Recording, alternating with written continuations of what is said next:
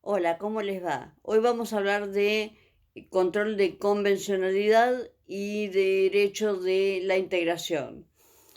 Primero empecemos por control de convencionalidad.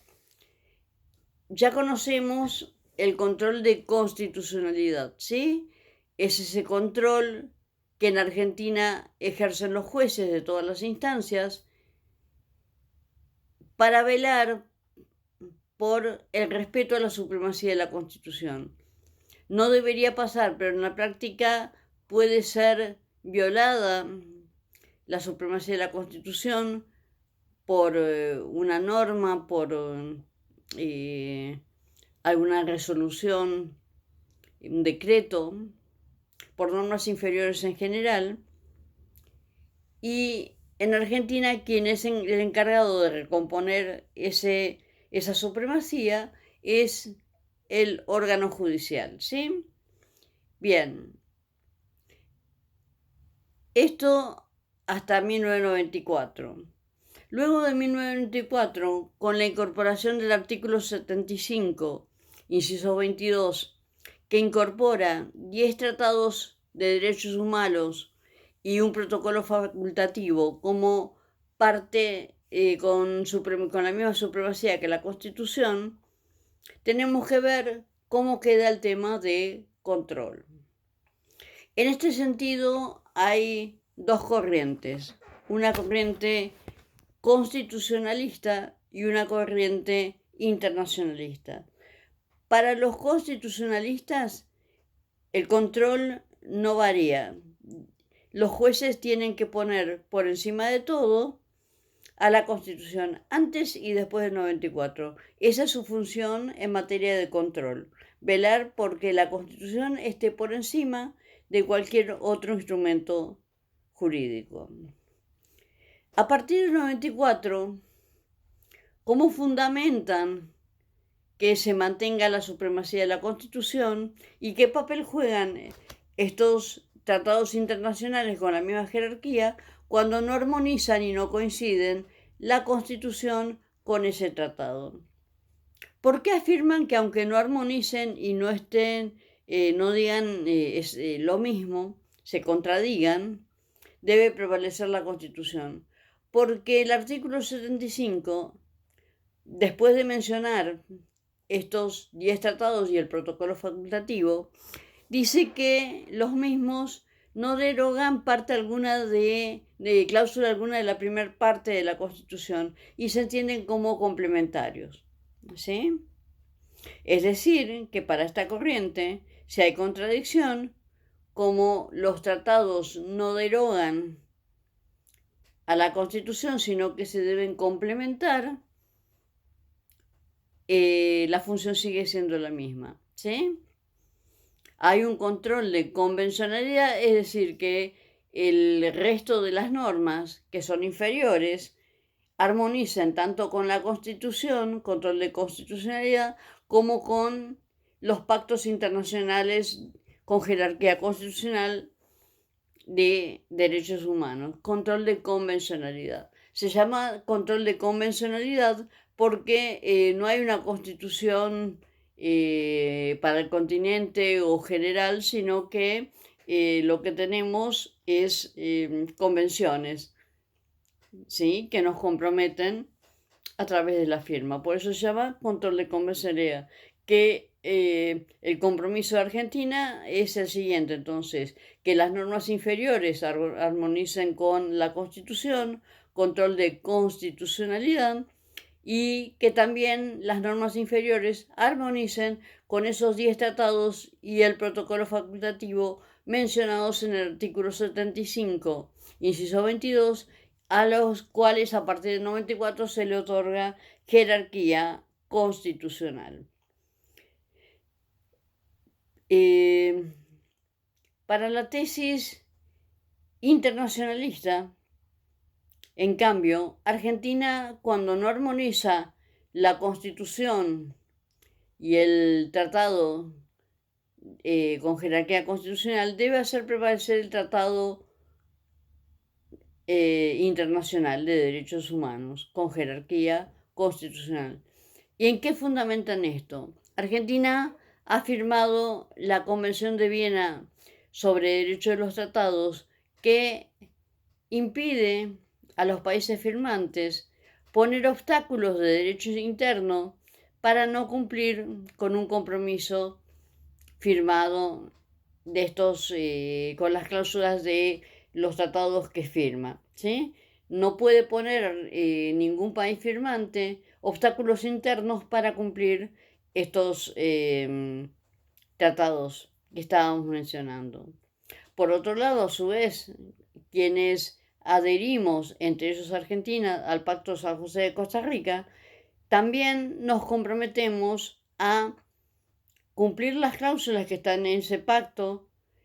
Y no solo eso, sino que también nos comprometemos a seguir la interpretación que de ellos haga la Comisión Interamericana de Derechos Humanos y la Corte Interamericana de Derechos Humanos. ¿En qué se fundamenta esto? Que Argentina, si no hace prevalecer el tratado, hace caer a nuestro país en un doble incumplimiento y es susceptible de ser denunciado ante la Comisión Interamericana de Derechos Humanos. ¿Por qué? Porque digo que hay una doble falta del Estado argentino. Obviamente la primera falta es el no cumplimiento de alguna cláusula del Pacto de San José de Costa Rica, ¿sí? Pero en este sentido, la primera obligación que tienen los países firmantes es recomponer el derecho humano violado en su país. ¿Esto qué quiere decir? Que si ningún país se puede comprometer a que jamás se va a violar un derecho humano. No podría comprometerse a tanto, ¿sí? Pero el compromiso es que de recomponer ese derecho vulnerado, ¿sí? La primera obligación de un Estado, entonces, cuando se viola un derecho humano a un sujeto, si el sujeto lo denuncia y activa el reclamo, la primera obligación es recomponer el derecho. Esto que quede claro, hay acceso a el sujeto como sujeto de derecho internacional, tiene la instancia internacional solo si a nivel interno no se soluciona el problema. ¿Por qué? Porque el gran requisito que tiene la participación del individuo como sujeto de derecho internacional es haber agotado las instancias internas. No es una cuarta instancia, primera instancia, Cámara, Corte Internacional.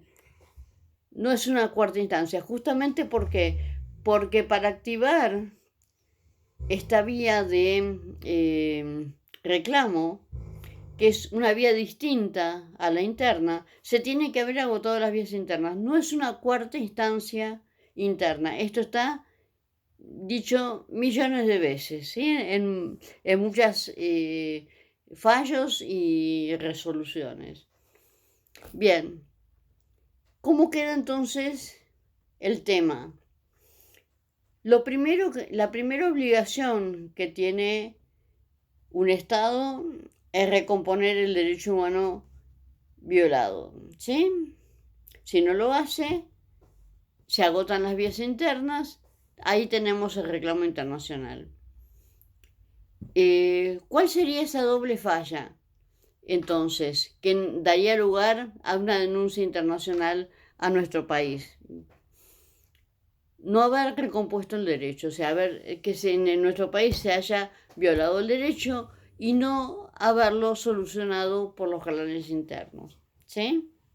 Entonces, los internacionalistas dicen que la obligación es poner por encima, hacer prevalecer el tratado para no hacer caer al país en una posible denuncia a nivel internacional. Para los constitucionalistas, no importa las consecuencias internacionales de hacer prevalecer la Constitución por encima del tratado, sino que independientemente de las consecuencias tiene que hacer prevalecer a la Constitución. Para finalizar la explicación del control de convencionalidad, los jueces argentinos, la primera obligación cuando no armoniza la Constitución con estos tratados es tratar de hacerlos armonizar.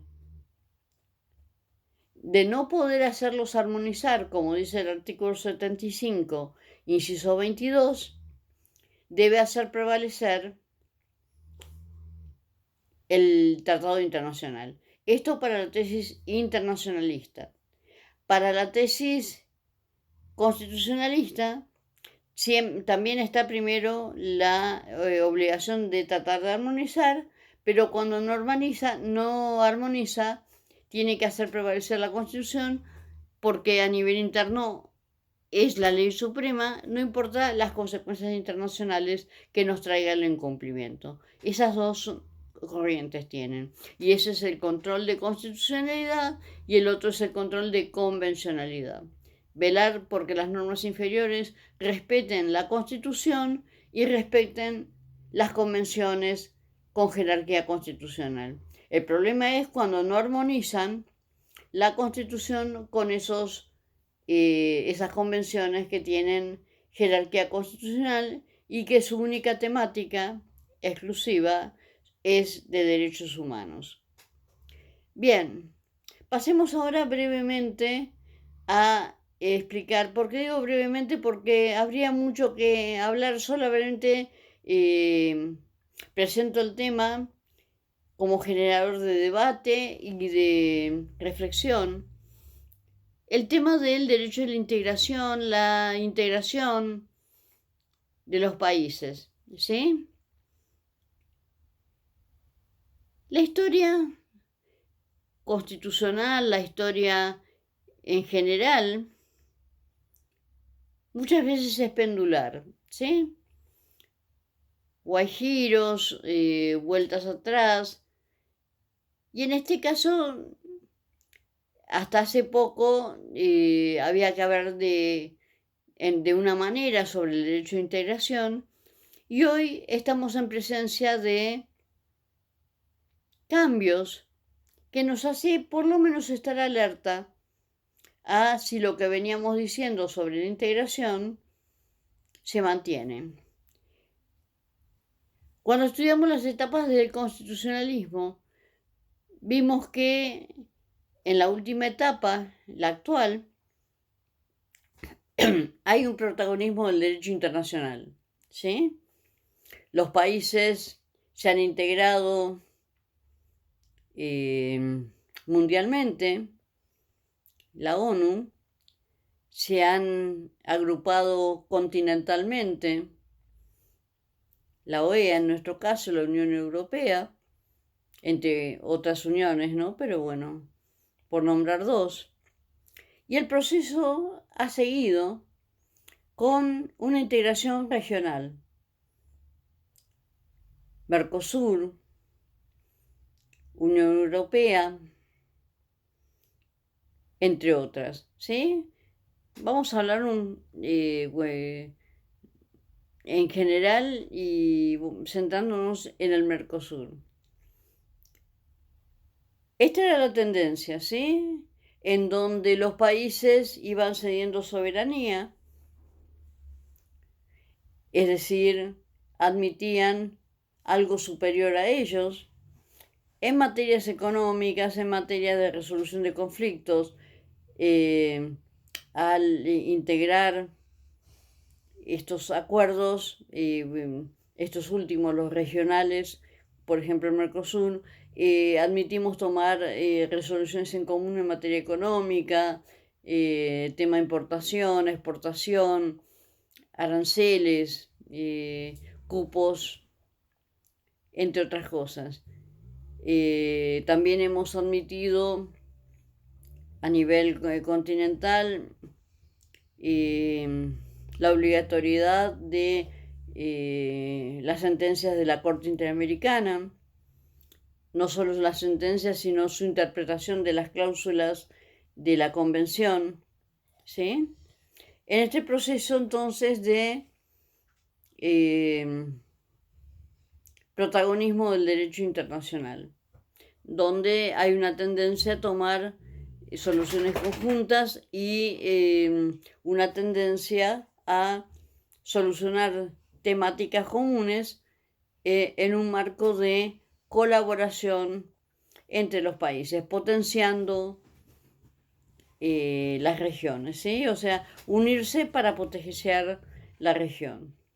¿Por qué digo que tenemos que estar atentos? Porque evidentemente hay una vuelta pendular a lo anterior a este protagonismo. Lo anterior a este protagonismo era un concepto de soberanía donde nadie se podía meter en los asuntos internos de cada estado, ¿sí? Cada estado resolvía de la manera que creía más adecuada sus asuntos y había un principio internacional de no intromisión en esos asuntos internos de un estado. ¿Por qué digo que esto está teniendo una vuelta pendular?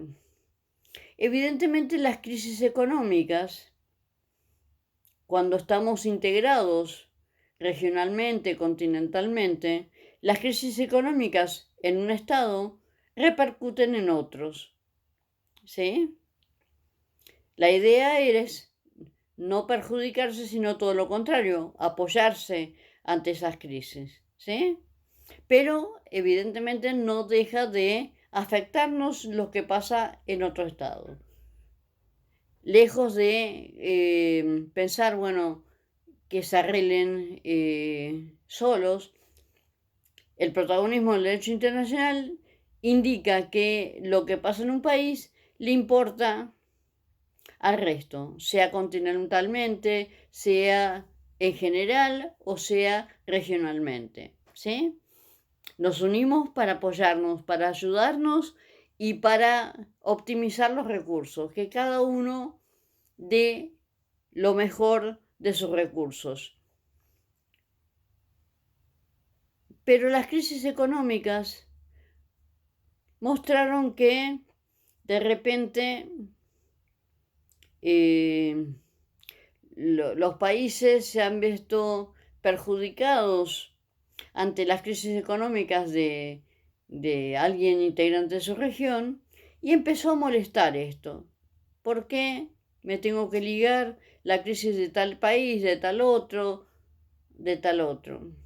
Empezó a haber un concepto de una vuelta atrás, como blindarse y no permitir que las crisis afecten una crisis externa, nos afecta a nivel interno.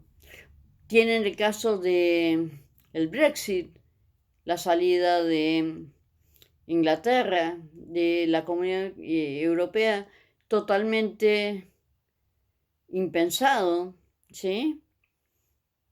Igualmente, Inglaterra nunca aceptó la moneda común y mantuvo su moneda. La moneda es un símbolo de soberanía y bueno, no lo aceptó, ¿sí? También ahí tenemos un ejemplo de cómo un país no está de acuerdo con la parte oscura de la integración. La parte positiva ya la sabemos, optimizar los recursos, hacernos fuertes, ¿sí? Cada uno ofreciendo lo mejor que tiene que dar. Y el tema de la asistencia, ¿sí? El tema de la asistencia, lo que pasa es que debe haber igualdad entre los estados, porque si no, mientras haya desigualdades, los países más potentes se van a quejar de que son siempre ellos los que tienen que asistir a los países más débiles de la región, ¿sí? O sea, diciendo, ¿por qué siempre yo?